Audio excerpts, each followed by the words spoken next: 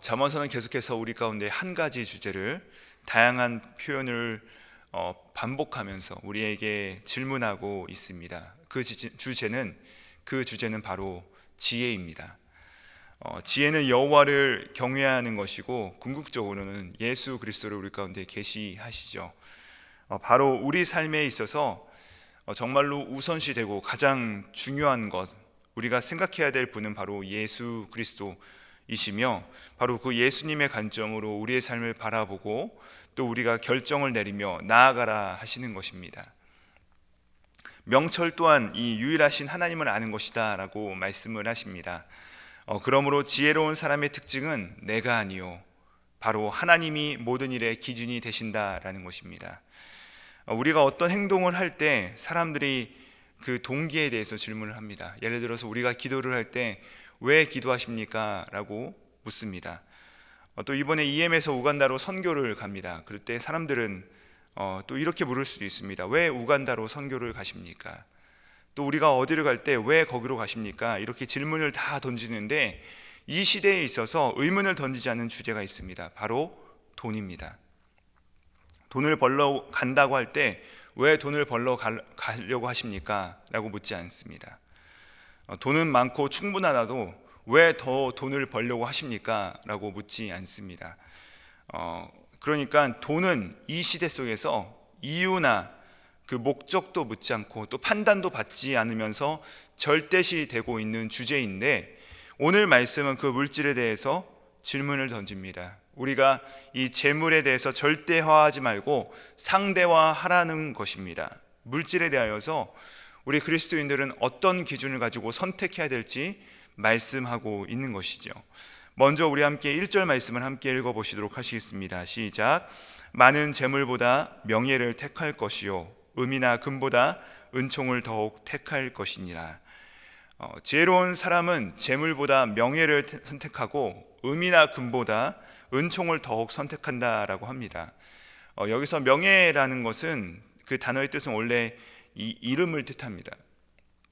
정치인들이 어떤 공직에 오를 때 거쳐야 될 관문이 있습니다. 바로 인사청문회죠. 그때는 얼마나 철저하게 이 사람의 모든 행함이 다 드러나고 밝혀지는지 모르는데요. 심지어는 맞아, 당시에는 관행적으로 다 저랬어. 그 TV를 바라보고 있는 그 사람들도 그때는 관행적으로 나도 그랬어 라고 생각되어지는 일, 모두가 다 관행적으로 허용됐던 부분까지라도 그 TV에 나와서는, 그 인사청문회에 나와서는 모두 다 낱낱이 파헤쳐지죠. 당시에는 나에게 조금이라도 이익이 있을 것이라 생각되어서 관행적으로 행했던 그 모든 부분들이 훗날 그의 발목을 잡게 되는 것을 우리가 종종 보게 됩니다.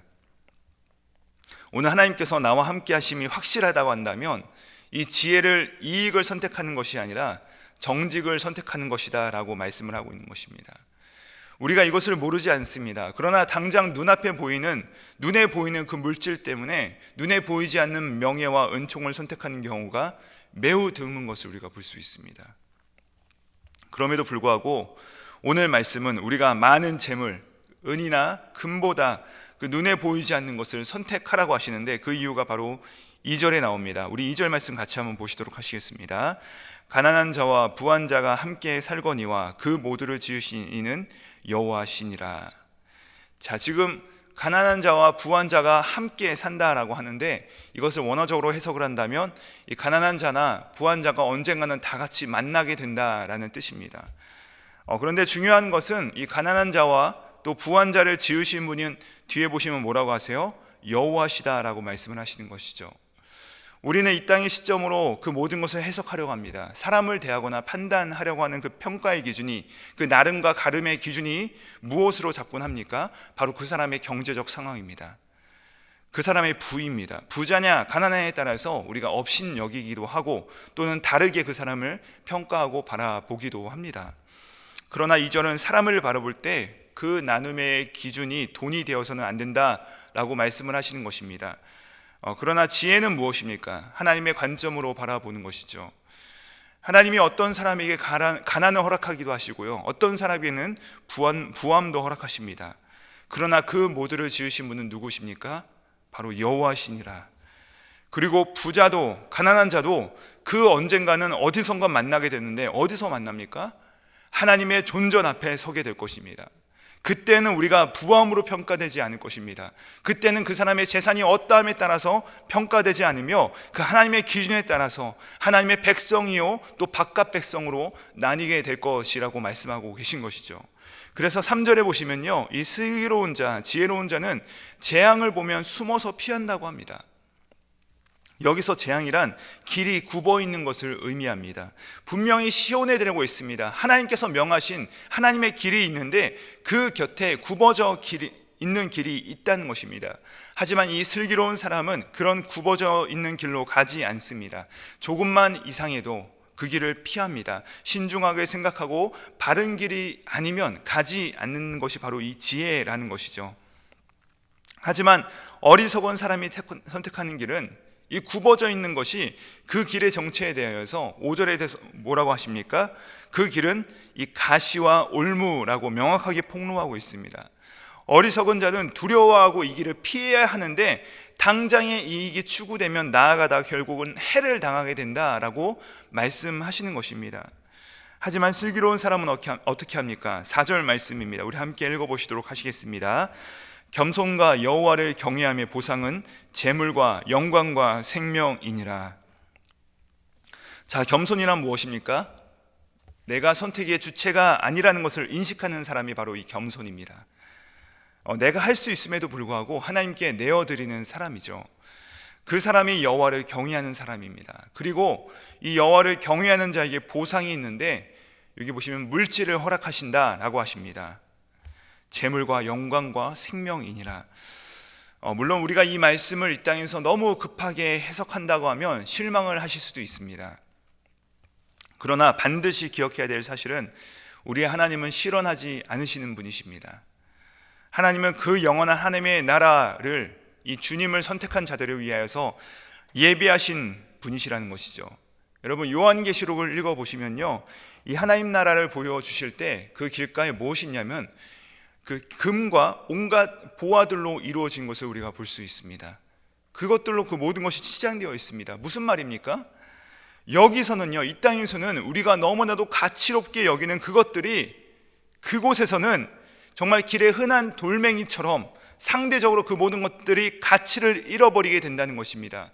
왜냐하면요, 가장 보배로우시고 아름다우시고 최고의 가치이신 하나님께서 왕이시며 또 그분의 통치를 받는 백성들이 되어졌고 또 그분을 알아가는 그분의 성품을 닮아가는 또 그 성품을 우리의 존재와 우리의 사역 속에 하나님께서 나타내어 주시기 때문입니다. 그 주님과 그 백성들이 모여있기 때문에 그것이 너무나도 눈이 부시고 그것이 너무나도 보배로워서 이 땅에서 어리석은 사람들이 추구하는 그 가치들이 상대적으로 빛을 잃어버리는 그 놀라운 영광이 우리에게 이미 예비되어 있음을 우리 가운데 말씀하고 계신 것입니다. 그 재물의 영광이 우리 가운데 이미 소유가 되었다라고 말씀을 하시는 것이죠. 이미 그 영원한 생명과 그 영원한 나라, 그 백성됨이 우리 가운데 있습니다. 그것을 바라봄이 지혜이다 라고 말씀을 하시는 것입니다.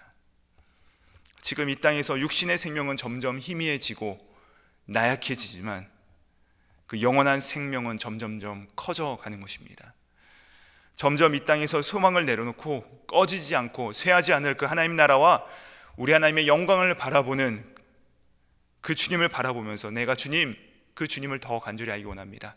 그 주님을 더 사모하기 원합니다. 그 주님을 더 소유하기 원합니다. 그 주님의 선하심을 내가 더 맛보기 원합니다.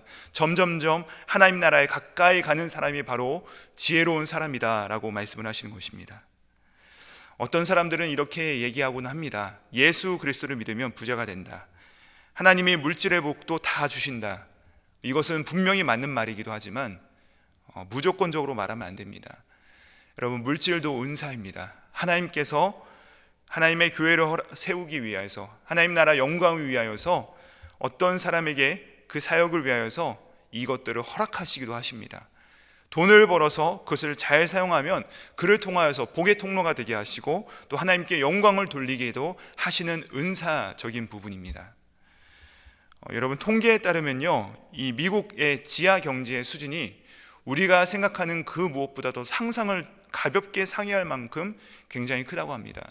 GDP의 약 10% 정도의 금액이 된다고 하니까 어마어마한 금액이죠. 즉 이 말은 무엇이냐? 이 땅 가운데 바른 방법으로 돈을 벌지 않는 사람들이 상당하다는 것입니다. 그런데 그 사람들이 그렇게 불법으로 돈을 벌어가지고 또 2차적으로 투자를 하죠. 정치권에 로비를 하고요. 또 비정상적인 방법을 통해 가지고 그들의 재물을 축적해 나갑니다. 그런데요, 이 속에서, 이런 생태계 속에서, 이런 재화가 쌓여지는 그 모든 생태계 가운데서 정직하게 하나님 말씀대로 사업을 하는데 부자가 되는 것이 쉬울까요? 결코 쉽지 않습니다. 그러므로 하나님께 영광을 돌린다는 것은 무엇인지 우리는 다시 한번 생각을 해봐야 되는 것이죠.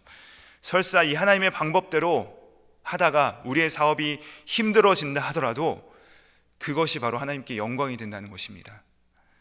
우리에게 그런 추억이 있었으면 좋겠습니다. 하나님 말씀대로 하다가 세상 속에서 어려움을 당하는 경험, 이 하나님의 말씀을 지키다가 비난을 당하는 경험, 하나님 말씀대로 하다가 사업이 점점점 어려워지는 그 추억이 우리 가운데 있게 하는 줄 소망합니다.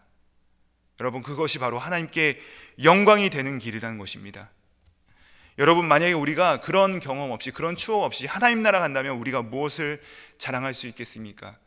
불법으로 행하면서 이 땅에서 일시적으로 성공하고 높은 자리에 오르는 것, 아니면 내가 선택적으로 선택하여서 하나님의 길을 선택함으로 말미암아 때로는 어려움을 당하고 또는 가난을 당하고 우리 몸에 고난의 흔적을 갖는 것, 여러분, 이것이 바로 사도 바울이 말한 내 몸에 예수 그리스도의 흔적을 가졌노라 라고 말하는 것이 아니겠습니까? 불법에 따라서 내 재산을 증식할 수도 있지만 이 하나님의 말씀에 순종하로 말미암아 이 땅에서 포기한 그 부와 또 얻게 되는 그 불편함이 우리 가운데 영원토록 자랑이 되는 것이죠. 그 길을 추구하는 것이 지혜다라고 우리 가운데 말씀하고 있는 것입니다. 자, 그런 의미에서 우리가 다음 세대에게 이것을 남겨주어야 될 것을 오늘 6절에서 말씀하십니다. 우리 6절 말씀을 함께 읽으시도록 하시겠습니다. 시작. 마땅히 행할 길을 아이에게 가르치라. 그리하면 늙어서도 그것을 떠나지 아니하리라. 우리가 이 말씀을 잘 아시죠?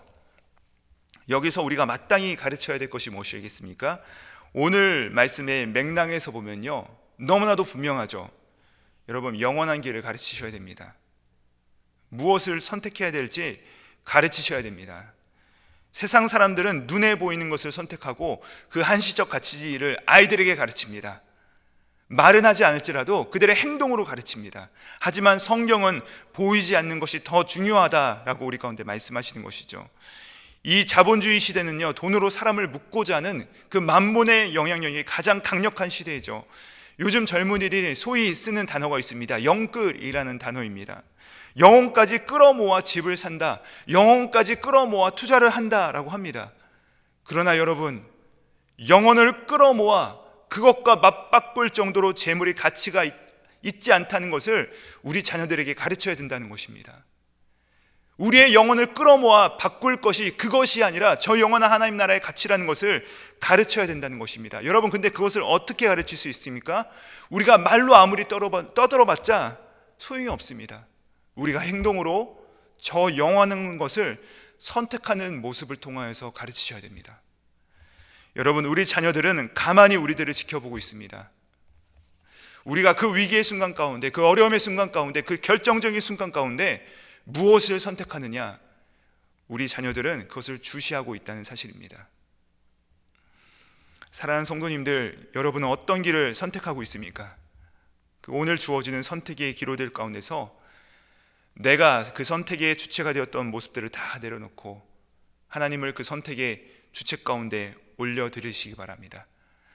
하나님 주신 그 기준들, 그 안전하고 그 풍성한 그 지혜의 울타리 안에서 자유롭고 또 담대하게 하나님의 뜻 가운데서 그 길을 선택함으로 말미암아 하나님을 사랑하는 자, 곧 그의 뜻대로 부르심을 입은 자들에게 합력하여 선을 이루시고 또 그 길을 열어가시는 그 은혜를 마음껏 누리시기를 예수님의 이름으로 축복드립니다.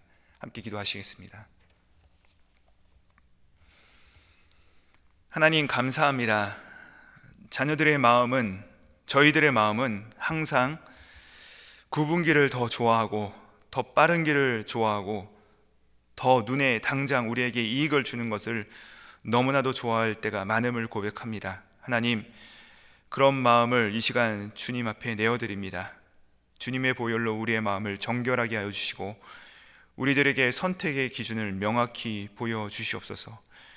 우리 안에 선택의 질서가 바로 세워지게 하여 주시고 또 영혼의 관점에서 바라볼 수 있는 선한 눈을 주셔서 하나님, 올바른 선택을 하고 우리 다음 세대들을 주님의 교훈으로 양육하고 훈계함으로 아름답게 세워가는 축복을 누리게 하여 주시옵소서.